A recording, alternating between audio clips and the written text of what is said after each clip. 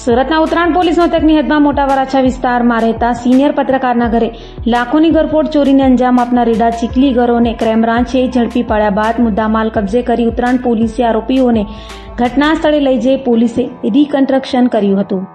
સુરતમાં ચોરોનો આતંક વધતા હવે પોલીસ પણ આવા રીડા ચોરોને ઝડપી પાડી તેઓ નિશાન ઠેકાણે પાડી રહી છે. ત્યારે સુરતની ક્રાઇમ બ્રાન્ચ પોલીસે 2 રીડા ઘરફોડ ચોર ચીખલીગરોને ઝડપી પાડ્યા હતા. ઉત્તરાયણ પોલીસ મથકની હદમાં આવેલા મોટા વરાછામાં રહેતા સિનિયર પત્રકાર જગદીશ દવેના ઘરે રાત્રિના સમયે ઘરફોડ ચોરીને અંજામ આપી લાખોની ચોરી કરી ભાગી છૂટેલા 2 રીડા ચીખલીગર અમરસિંહ બાવરી તથા શંકરસિંહ બાવરીને અમરોલી સાયણ વિસ્તારમાંથી ઝડપી પાડી તેઓ પાસેથી મુદ્દામાલ કબજે કર્યો હતો. તો આજે ઉત્તરાયણ પોલીસે આરોપીઓને ઘટના સ્થળે લઈ જઈ ઘટનાનું રિકન્સ્ટ્રક્શન કરાવ્યું હતું.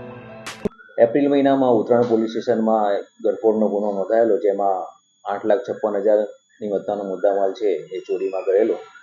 જે બાબતેની તપાસ ચાલુ હતી, જેમાં ક્રાઇમ બ્રાન્ચ દ્વારા ફૂટેજ અને અન્ય વિગતોના આધારે જે બંને આરોપી છે એને શોધી કાઢવામાં આવેલા છે અને બંને આરોપીને અટક કરી અને 8,56,000ની જે મુદ્દામાલ ગયો હતો એ એમની પાસેથી જવામાં લેવામાં આવેલું છે. બંને આરોપી છે ચીખલીગર છે અને હાલમાં એમની તપાસ કાર્યવાહી ચાલુમાં છે. અત્યારે તો રેકર્ડ મારી પાસે ઉપલબ્ધ નથી, પણ એ ચેક કરતા ખબર પડશે.